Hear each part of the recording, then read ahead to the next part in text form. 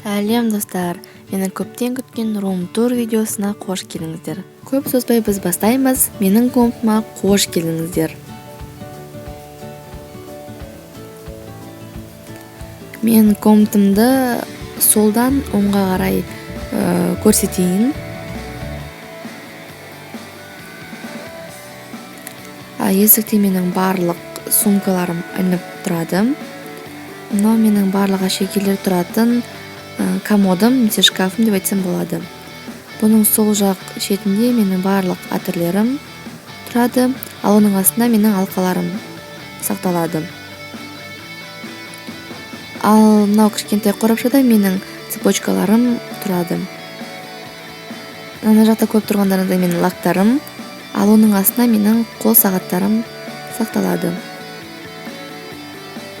Мынау кішкентай өте әдемі шкатулкада менің барлық чокерларым сақталады.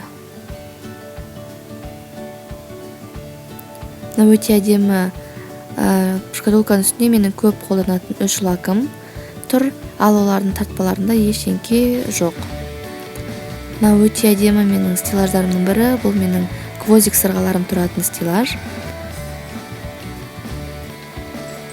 Кішкентай корзинкада мен бір конфет қойып қойғанмын әдемілік үшін. Мынау өте ескі шкатулка, оның ішінде мен тағы да сырғалар сақтаймын. Мынау алқа қойғыштың үстінде менің настроениема немесе комнатаның стиліне байланысты әртүрлі алқалар ауысып тұрады. Мынау менің білезіктер қоятын стеллажым. Бірінші полкасында десек болады, сағаттар тұрады, көп киетін.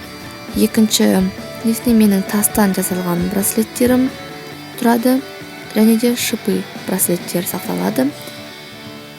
Ал үшіншісінде түрлі түсті браслеттер тұр.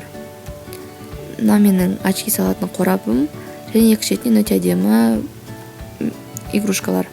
Мына менің сақина қоятын нәрсе. Кішкене жоғары көтерілсек, бұл тағы бір полка көреміз. Бұл полка ақ стильде жасалған. Бұл жақта ғашық екі мысық отыр, және прозрачный банкада есік көлден алып келінген ракушкалар салып қойғанмын. Ал және өте необычный сумка әтірдің формасыменен. Енді шкафпенен тартпаларға келейік. Мына шкафта менің барлық аяқ киімдерім сақталады. Бірінші полкада кеді кроссовкилар, және де бір күздік аяқ киім. Астында күздік, қыстық және тойға баратын аяқ киімдер. Ал шоңғы полкада менің комнатымда семдейтін заттар сақталады. Ал енді полкаларға келейік. Менің бірінші тартпамда менің тағы да сырғаларым сақталады. Неше түрлі коробкалар, цепочка, және ашылмаған сағаттың коробкасы, және кошелектар тұрады. Екінші полкада менде барлығы шашқа арналған заттар, яғни ободок, заколка, резинка, және коробканың ішінде де тағы да заколкалар мен ободоктар сақталады. Үшінші суырма менде барлық канцтоварларға арналған полка.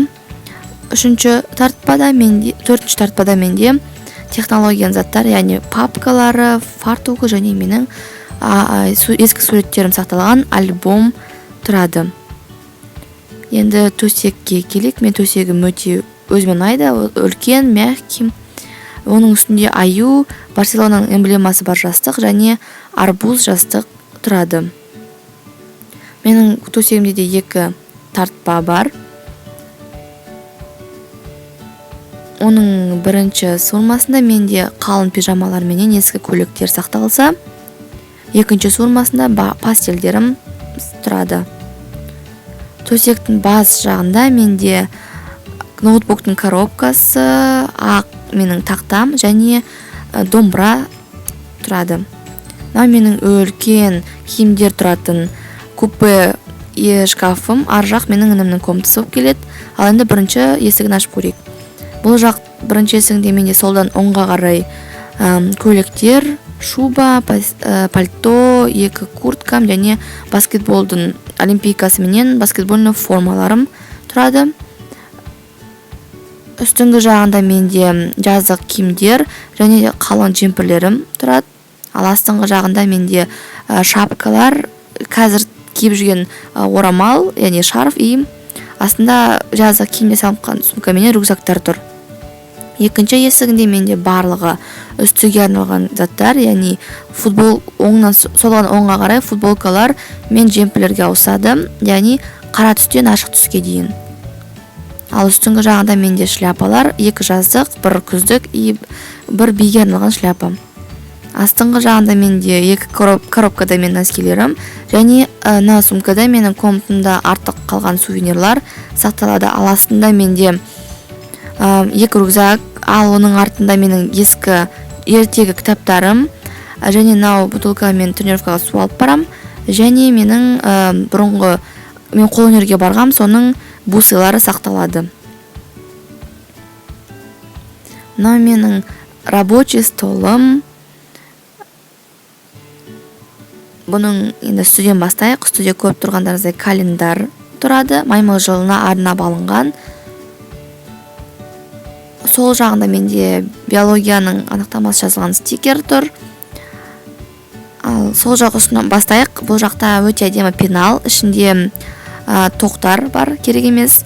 Оның алдында менің неше түрлі резинкалар жатыр. Жұмыс істеп отқанда шаршаңып шететпеу үшін таяқ қойған өте ыңғайлы. Және өте әдемі ыдыста менің карандаштар менен қара паста ручкалар тұр, өйткені мен сабақтан тыс кезде қара пастамен жазғанды ұнатамын. Және өте әдемі кішкентай сувенир тұр. Қой жылына алған біз. Және келесі фломастер, карандаш, гуаш және краскалар тұр. Оның үстінде мен жасауға ұмыт кетпеу нәрселер тұр. Мынау есіккөлден алып келінген сувенир. Бұның мәні, бұны аударған кезінде мынау тұрған таяқ нелерге құм түсіп, бұл есіккөлдің үлкен тауларын көрсету керек. Ал менің 2-3 жас шамасындағы суретім. Мынау тағы да прозрачный ыдыста менің декоративный скотчтарым жиналған, яғни блокноттарда семдеуге арналған. Мынау баклажкада мен жұмыс істеп отқанда немесе сабаққа су құйып барамын. Мынау менің люстрамның пульті. Және де ноутбук, осы ноутбуктың арқасында каналға барлық видео шығады. Және сол жақта менің кітаптарым, дәптерлерім тұр. Менің рабочий столым 2 тартпадан тұрады. Бірінші тартпасында менде барлық техника тұрады. Яғни оқты менің чехолдарым, штатив, ноутбуктың тоқтары, неше түрлі коробкалар барлық осы жақта.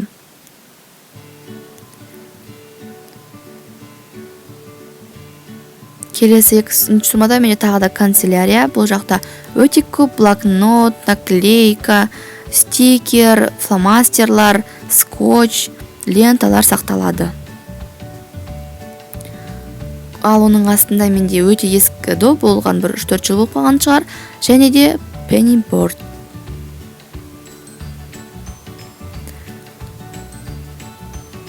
Мына менің өте ұнайтын стеллаждарымның бірі.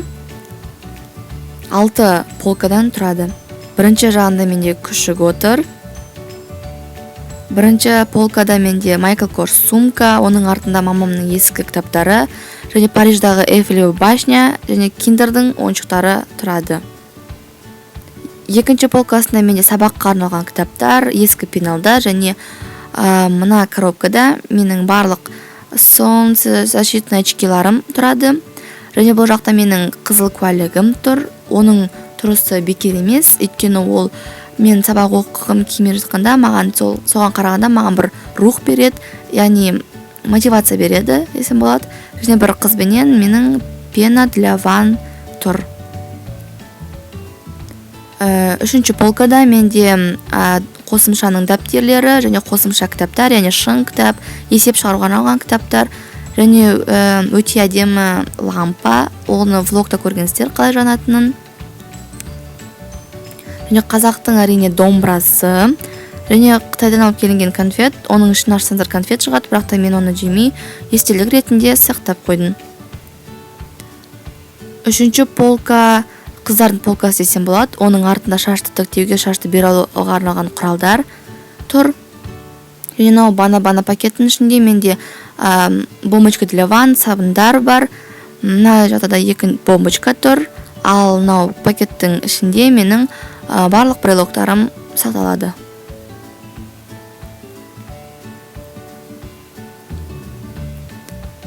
Төртінші полкада менде қосымша дәптерлер артық және де ескі жұмыс дәптерлері тұрады. Және мынау сувенирный ваза, өз қолымнан жасаған ваза және де өтірік гүл. 6-шы полкада менде технологияның заттары, яғни мата, жіп тұрса, оның алдында менің пазлдарым тұр. Мен бұл пазлдарға да 2-3 жыл болып қалған шығар. Мен пазлдар жинағын өте жақсы көремін. Мен ойымша миды тынықтырудың, жаттығудың бұл өте бір оңай тәсілі сияқты. Келесі жаққа жол жасақ, бізде тағы бір комод көреміз. Ол жақта мен видео түсіру жағын деп айтсам болады. Бұның сол жақ шетінде менің биология дайындық кітаптарым, яғни 6-шы, 7-шы, 8-шы сынып кітаптарым. Мынау менің шашқа арналған маска, шаш қатырғыш және помадалар. Мен косметика қолданбаймын. Мына пудра мен тень және көзге арналған заттар барлығы видеоға байланысты алынған. Мына шашқа арналған тағы да спрейлар және шаш қатырғыш. Мына айнаны мен өте редко қолданамын, тек қана видео түсіргенде ғана. Келесі мынау менің лампам, көмекші лампа деп айтсам болады, өйткені видеомның барлығына жарық беріп тұратын ол осы лампам. Мынау мишка Тедди және оның үстінде менің ханшайымдардың коронасы. Мына жақта менің настольный ойындарым, семейный ойындарым, яғни баклуши және пикучерека. Оның астында шашты неше түрлі түске бояуға көмектесетін борлар тұр. Яғни бұл борлар өте жарық, анық түс береді және жуылып кетіп қалады. Мыналар біреуі Төреғалидың концертіне, біреуі цирктен келген жанатын таяқшалар, естелік үшін сақтап қойғанмын. Ал енді тартпаларға келейік. Бірінші тартпада менің үй киімдер менен пижамалар болғандықтан, оны ашудың қажеті жоқ. Екінші тартпада менің барлық сым джинсыларым тұрады. Және де мынау шетінде майка, ол кардиган немесе свитердің ішінен киетін майка. Үшінші тартпада барлық спорттық комплект киімдер, барлығы комплект болып келеді мына жақтағы заттардың. Төртінші суырмада менде свитерлар, бұлар тоқылған болғандықтан оларды ілуге болмайды, сондықтан да олар осы жерде тұр. Ал оның оң жақта менде баскетболдың жетістіктері, яғни менің медальдарымның барлығы ілініп тұрады. Менің комнатымның жақсы көретін жерлерінің бірі ол менің кітап шкафым болып табылады. Ал енді осыған қарайық. Бірінші полкасында менде туған күніме киген шапка. Және бұл полкада менің бір частьтан тұратын кітаптар, бір бөлімнен тұратын кітаптар тұрады. Және Айдананың туған күніме берген пони, единорог. Және де жылжып тұру керек, негізі сағат тұрады. Екінші полкасында менде барлығы бөлімде тұратын кітаптар. Яғни мынау 6 кітап бір история болса, мынау 6 кітап бір история, мынау 4 бір история. Шерхан Мұртазаның 3 кітабы. Және мына жақта миньондар тұр. Бір жұмсақ миньон, бір пластмастан жасалған миньон, және де мыльный пузыры бананның исіменен. Және үшінші полкада менде қазақша кітаптар, 4 томдық Абай жолы, махаббат қызық мол жылдар және көшпенділер. Және де алтын кітап, яғни бұның ішінде қазақтың барлық мақалдары менен нақыл сөздері жиналған. Оның 2 шатында 2 жолбарыс және 3 періште. Мен бірге болғандарыңызға рахмет. Келесі кездескенше, всем пока.